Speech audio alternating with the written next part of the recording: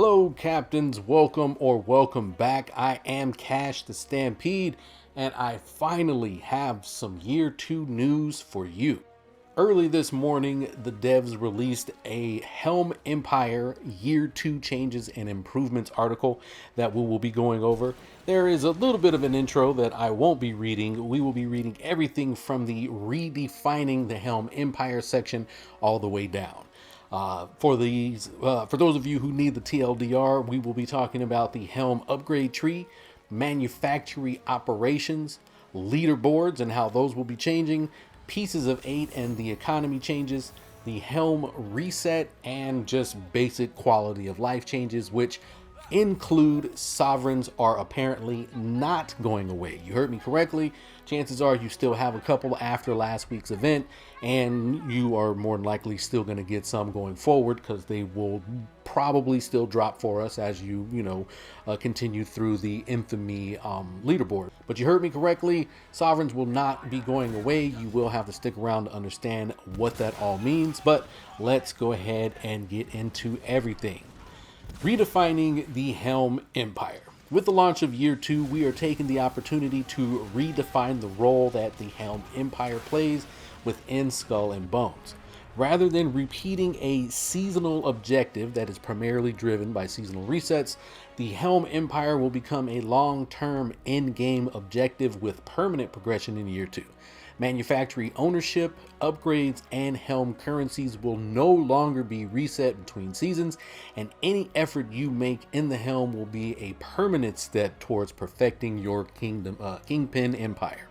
Of course, this dramatic shift comes with many other changes and improvements, which includes what I just mentioned earlier in the TLDR. So, without further ado, let's get started with the Helm upgrade tree. The first change that you will notice is the brand new Helm Empire upgrade tree. Compared to previous skill cards, which had a much more linear progression, this new upgrade system will provide you with the flexibility to shape your empire as you see fit. You can choose to upgrade universally for a more balanced empire, or focus on a particular aspect and faction to maximize profits from certain key manufactories. It'll be up to you to explore the possibilities each branch offers. It'll be up to you to explore the possibilities each branch offers. Manage your Helm Empire to... Man, I love how some of these... It'll be up to you to explore the possibilities each branch offers while you manage your Helm Empire to ensure you maximize your returns. Not gonna lie, sometimes when I'm reading these, words are missing, and whoever types these up, you need to get better at this. Alright, the upgrade tree retains some similarities to the skill cards, as each branch is dedicated to a specific faction. However, these changes give you the freedom to dedicate your time to a single faction and strengthen that relationship, or if you prefer, diversify and work with multiple factions. The choice is entirely yours. This new system also introduces a variety of new upgrades, providing even more ways to enhance your Helm Empire. Some upgrades reduce costs and improve production efficiency, increasing your profits, while others unlock the ability to produce valuable minerals, helping you build a more powerful fleet. With this range of options, a savvy Kingpin who carefully strategizes their upgrades alongside their growing empire is sure to profit handsomely from the Helm. Now, unfortunately for everyone, I make these from my PlayStation, which I have mentioned a few times, so I can't just pop up what the images of the new skill tree looks like. But if you've played an RPG before, you can already imagine what they're going for. But as always, I will put a link to the actual article that I'm reading in the descriptions. So if you do want to check that out yourself once you're done listening here, go ahead, do that. But I do have to say I like that idea. The old card system was, again, pretty linear. So for you to get to the things you needed, you had to purchase things that you honestly don't want. And honestly, that can happen in a skill tree also, but I'm hoping that that happens less often.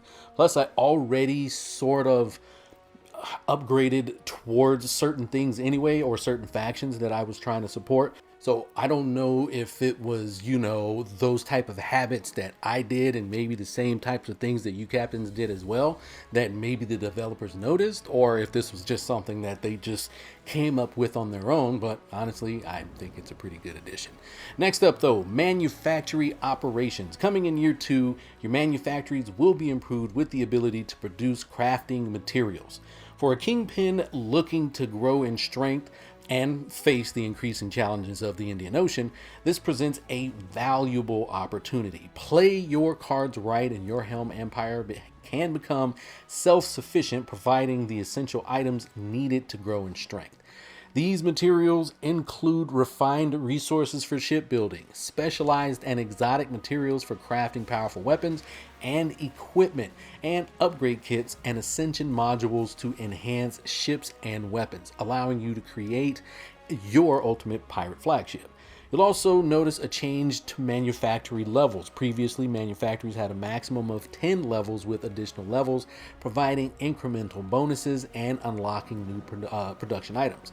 Moving forward, manufactories will only have a maximum of 5 levels, and bonuses provided by each level will also be adjusted.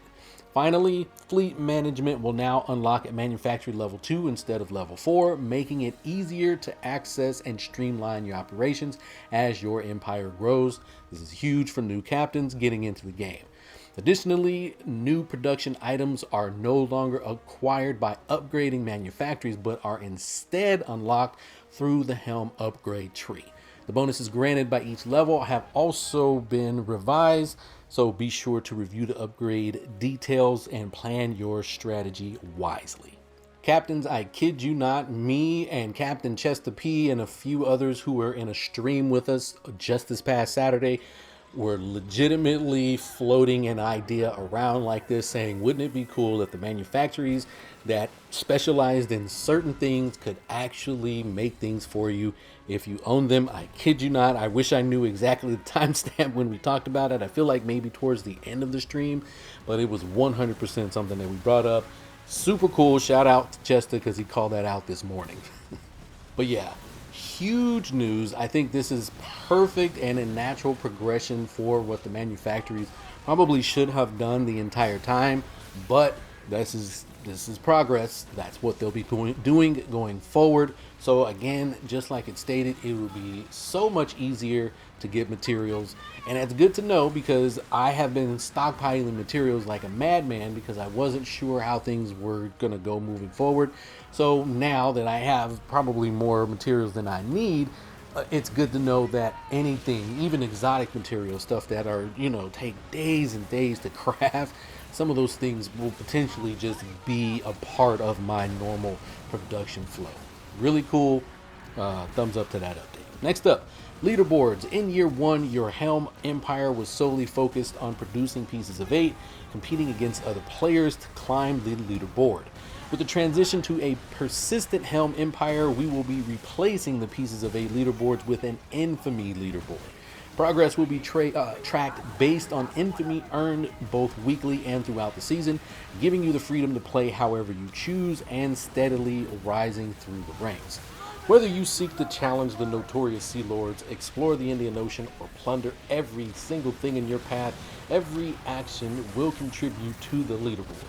You'll earn seasonal currency for each tier you climb, and if you reach the pinnacle, diamond rank, you'll receive a unique seasonal badge to commemorate your achievement. I am a little bit disappointed about this because if I am not mistaken, I'm pretty sure we currently are getting like cosmetics that we can apply to our ship. At least most of them have all been for the ship, if I'm not mistaken. Or has there been an outfit? I apologize. I think maybe the first season there was an outfit, and I don't think I got high enough on the leaderboard that time. And then season 2, 3, and 4, I've been able to get to diamond rank, and yeah, I think I got a wheel and some other cosmetics. Anyway, that's a little bit disappointing. Jump into the comments if you feel the same way, or if I'm mistaken, go ahead and correct me. But yeah, I am a little sad about that. Next up though, pieces of 8 and economy. In accordance with the large shifts, significant changes have also been made to our in-game economy to reposition pieces of 8 as a rare and premium in-game currency. This rebalance will affect a wide range of activities, upgrades, items, and your manufactories. You may find that some items now require fewer pieces of 8 to purchase, while sources of pieces of 8 have had their drop rates adjusted. Core changes and improvements include replacing the pieces of 8 leaderboard, rebalancing the pieces of 8 production rate, removal of pieces of 8 from caches and chests. Yep, pieces of 8 will directly drop from world activities events now. Sovereigns will only be obtained by converting seasonal currency, and as I said at the top of the video, sovereigns are not reset at the beginning of year 2. Yes, sovereigns are not going away, captains.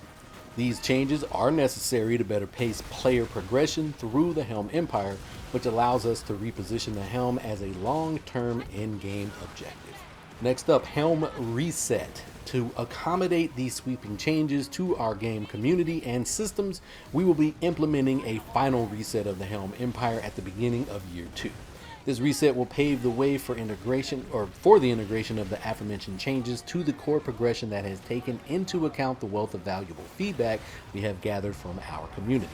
Adjustments have been made to the previous seasonal reset plans we revealed in our letter to the producer.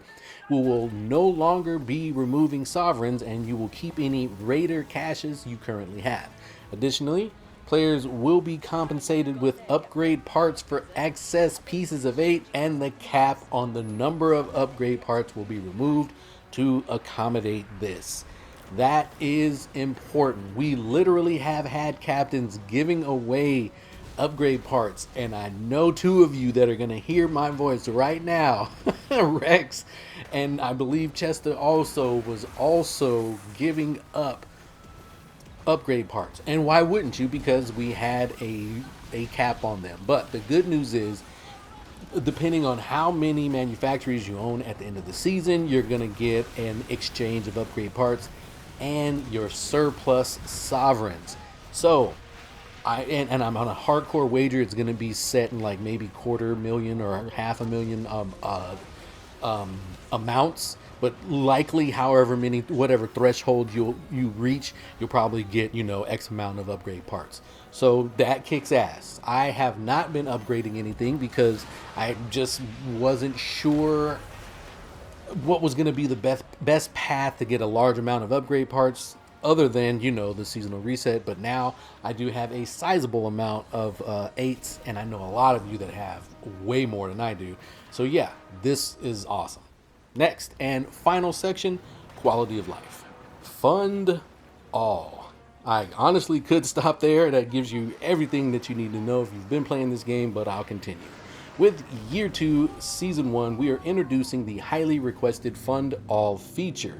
Fund All enables you to fund all your manufactories within a region with both silver and pieces of 8. Should you have insufficient silver or pieces of 8, you will still be able to partially fund the manufactories for which you have sufficient currency for.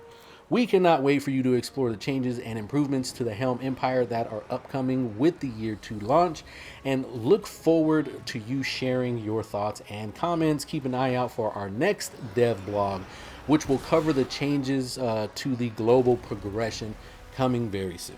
And that is it. I am surprised it actually took this long for the top off to be added in. That was wild that, year 2 is when one of the probably more important features that more important quality of life features that we've been asking for took this long to be implemented. Maybe it has something to do with the entire currency refresh, is why it took a while for them to get it implemented. Who knows, but I guess this is a better late than never scenario. Now, when it comes to the situation with the sovereigns, I have to say that I was a little bit surprised how that one went down. Not so much with the developer choice. I mean, yeah, it sucks that they told us to get rid of the sovereigns and then now they're going to keep the sovereigns. But my first reaction was, oh, cool. What are they going to be used for now? I still have some. I'm still going to be getting some as the season wraps up. So, this whole cup for bar situation, I didn't really look into what that meant. So this seemed to be far more interesting to me personally. But some captains out there seem like they have been genuinely hurt by this decision and have started to ask the developers for a way to have their sovereigns refunded to them. the sovereigns that you willingly spent during the founding event. I kid, but I totally get it, right? You were told one thing, the developers have now decided to do something else, and you feel that it was intentional. At least that's the feeling I'm getting from reading a lot of these comments. And while I don't feel that there was any ill will with this, and I don't feel like this was intentional, I mean, how many developers do you know retire a currency with an event? I played Destiny for years, and that game brought in dozens of currencies and retired those same currencies with only a notice, maybe 2 weeks before they were going out. We didn't get a chance to spend them on anything amazing, they were just fucking retired. But in our case, every single captain is going to feel some type of way because your decision to spend all of your sovereigns was likely fueled by the fact that you didn't think that there was going to be any need for sovereigns, and now everybody is feeling some type of way because they were wrong about that. I totally get it. But there's also the fact that not any single captain that plays this game had to spend any sovereigns on anything during the event. Yes, there was a way for you to exchange your currency. That way, you can get your sovereigns, get rid of your sovereigns and get large amounts of the silver lions. But during the entire event, you could get silver lions to drop without any trouble. In fact, this currency probably dropped more than any other currency for any event that I've played. So you technically didn't even have to spend any of your sovereigns. Every captain complaining about using them all could have kept them all if they had have shown just a little bit of restraint, but we wouldn't be pirates if we were just, the pillars of, restraint. But I just wanted to point that out as we wrap up, captains. I have been Captain Cash the Stampede, and you know that we'll see you in the seas. Take it easy.